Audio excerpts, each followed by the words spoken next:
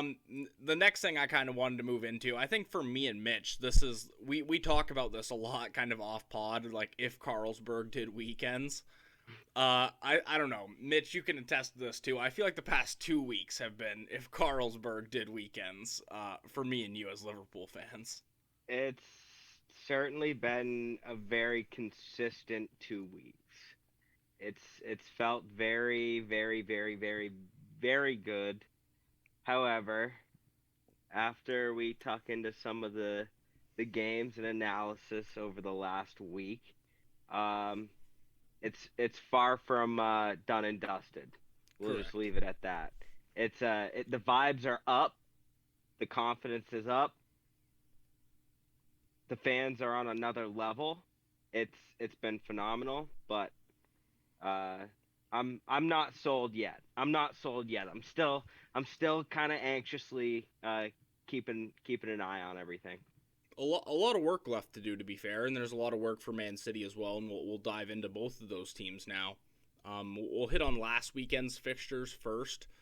Liverpool versus Everton, the Merseyside derby, probably the biggest game of the weekend.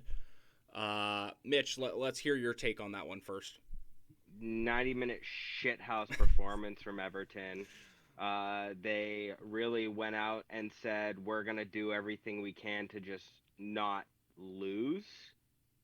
We're going to park the bus and we're going to fall over and bitch at every single whistle that's blown throughout the 90. I mean, they played their game phenomenally. They did. But Liverpool did what Liverpool does and capitalized on two quick chances. Divock Origi, the Everton killer, Yeah. doing it again. And then Mane putting on another really, really good performance. But it was a shit house 90 minutes through and through. It was. Pat, do you think Anthony Gordon, who is a proper player, I might add, he have a shout for a penalty late on? I think it might have been a pen. It was definitely close. A lot of people saying it was two fouls in one with the shove, and you can see in the video that Matip does get him in the foot. I think the question on it for me is, does Gordon kind of run in front of him? Um, Well, my whole thing with that is I think Gordon is well within his rights to step in front of Matip because he does have like the position on the ball where like I would still call him the player in control of it. yep. But I guess you can see it go both ways. I think there wasn't enough in it to call it like a stonewall penalty, but we've seen those given. hmm Who was it, Mitch, that ran into? There was one down on our end, on the attacking end, where our player ran right into Keane. Kind of similar. Now, it was definitely a pen shout, and they didn't look at it. I thought that one was Uh, interesting. Might have been Louis. I'm not sure off the top of my head who it was a week out. Hmm. I can't remember, but I remember the situation.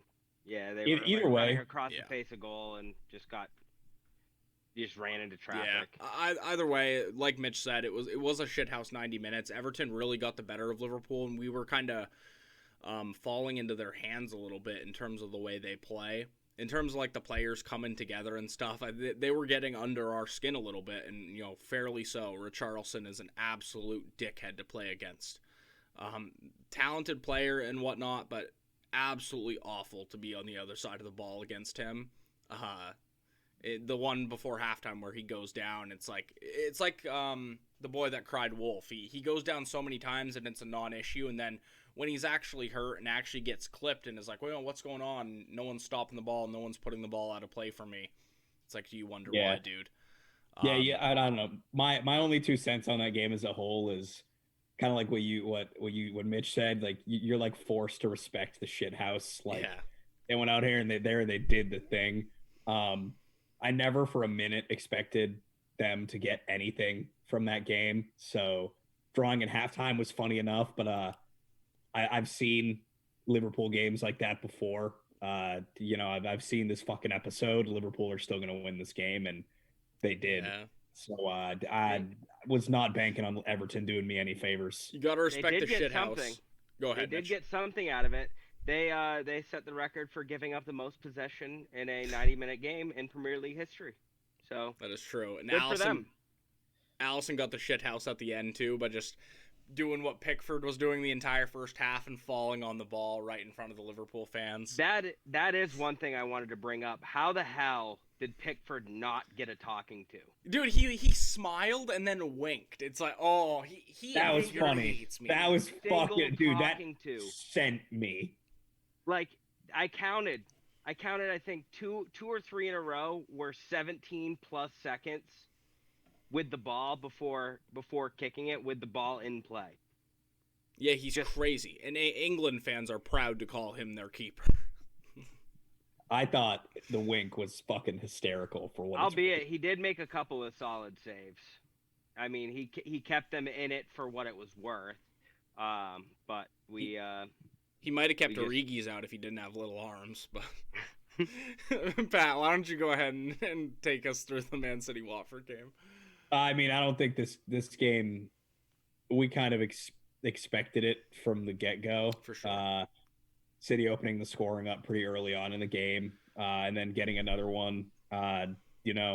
Jesus heard that he was linked with Arsenal and then went out and scored 4. So that was pretty funny. Rodri scored his usual banger, while Kevin De Bruyne is laying on the floor, potentially injured, was pretty funny. Pretty cut and dry game. Good 5-1 win. Nice for the goal differential to catch us up to you guys in case it comes down to that at the end of the season. Not a game I thought City was going to drop points in, and it is what it is in a game like that. We went out and we killed them. We put the game to bed pretty early. I think this City's kind of slipping into that gear that, you saw them hit that stride like in the 18-19 season when the title was close. So I expect most of our games to go like this with, City coming out of the gate pretty hot, for the rest of the season, especially in the Premier League, just with how close things are and how fine the margins are. Yeah. Did you read the picks yet, Pat? No. I have a very hot take. I know you said City are in a groove right now and everything. I have a take that I think the game where City dropped points is a rather surprising one. And after hearing one American talk about his game plan for the match, I might be swayed one way or the other. We'll get into that later, though. We put 7 by leads the last time we saw them. We'll get into it later. You're a psychopath. Man United are a shambles. That is our next topic. Not only did they lose to Arsenal 3-1 embarrassingly, I might add, at the past weekend, they drew 1-1 with Chelsea tonight. Ronaldo did get the equalizer, but they're definitely not getting top 4. I don't know what that means for the likes of Ronaldo and their transfer strategy, honestly, in the summer either. We're hearing now that there's a possible link between Ralf Rangnick and Austria for the national team job. Rumors are that he could do both at the same time. I don't know how that would work. But FIFA career mode? Yeah, literally. Any thoughts from you guys on Man United? What's going on there? I think if they do end up missing out on top 4, which I think they will, I think it's going to be tougher for them to pull in like upper echelon, Jude like Bellingham. really like world class. Yeah, like the Jude Bellinghams, for example, those like players that like they really need to push them into title contention. But I also don't think that's where they should be looking in terms of like rebuilding this team. I think if Ten Hag comes in, they sell off a lot of the deadwood, they go a season without European football, and they really establish an identity and build a little bit of a spine, get guys that want to be there in. They can be looking forward to like the 2024-2025 season. I don't see them making like a giant splash in terms of like, or a splash is probably the wrong word, but I don't see them making a big leap next season. But I think them missing out on Europe will end up doing them more good than bad. United have money. They're a big club, dead or not. So if there's a player they really want and it fits into the team and they want to rebuild in some places, they'll get them. We saw that last season, and I think we'll see it again this summer. But I I think them like I said, I think them missing Europe is going to end up doing more harm or more good than bad if they like build on it in the correct ways. Kind of like how Arsenal have been doing these past couple of years with no like real foot in European competition. You can now start to see Arteta's team really taking shape, and now they're at that place where they can be fighting for those European spots. And I think United are going to be in a similar place over these next 2-3 years. Hot take for you guys. If you're kind of around that 5th, 6th spot, you might be in Europa League. Even on the last day, you might be for Conference League contention. Do you guys intentionally try tanking to miss those? Not necessarily Europa League, but the Conference League more specifically. If you're hanging around that spot, do you try just playing young players? Nah, No? I don't think so. I mean, I wouldn't anyway, because I mean, at the end of the day, like, yeah, it's an extra competition, but if you're a team in those Conference League spots, you're not fighting for a title next year. You're like the way the Premier League is going, like you just don't have the quality to be competing with City and Liverpool, namely. Um, and it's the Conference League, and it's still money. You get far enough into it, you still get a little extra cash for next season. And it's extra competitions to play some of the young guys in. We've seen that Tottenham used it for some rotation when they were in it. So I don't think you tank for it because it gives some of like the younger guys or the fringe guys the opportunity to play like European football. In like, you know, it's like the European Carabao Cup. You can start your U21s in like a European atmosphere, but pretty low pressure because like generally the tournament doesn't fucking matter.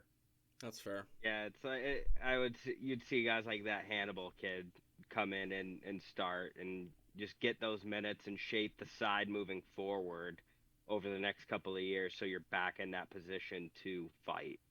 Yeah. They played a new guy tonight. I think his last name was Garnacho, I believe. 17-year-old from Atletico Madrid.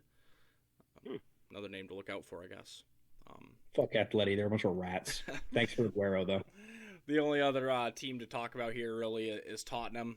Just continue to do what Tottenham does, which is lose games after going on a nice winning run. I don't think. Yeah, I don't think it's good to have Conte linked with PSG kind of during this end of the season run. I don't know. Tottenham are a mess, man. I don't even want to bet on them really till the end of the season because they're just so volatile, so up and down. When it looks like they're hitting a good run, they just go right back to usual Spurs. Yep, love the fact that we give them a free 6 points every year. Tottenham charity. This is just a charity case for Tottenham. Thank you, Tottenham. Yeah. Mitch, did you have something you wanted to touch on with them, or not at all? It's Tottenham doing Tottenham things. It's nothing new that we've seen throughout this year. Yeah, I get my only 2 cents was this should give Arsenal some confidence that they can make the top 4, with United being absolutely shambolic and Tottenham being the most inconsistent top side in the Premier League right now. And if Tottenham are a serious club at all, they'll do whatever they can to keep Conte this summer. And I don't think they're a serious club, so we'll see how that goes. I'm just looking at the table really quickly to see how close West Ham are right now. I think West Ham are going to prioritize Europa League. That's fair, yeah. They're on 52. They do play Arsenal this weekend, so they could get up to 55, but they'd still be 5 points off. But yeah, we'll move on from the Premier League now to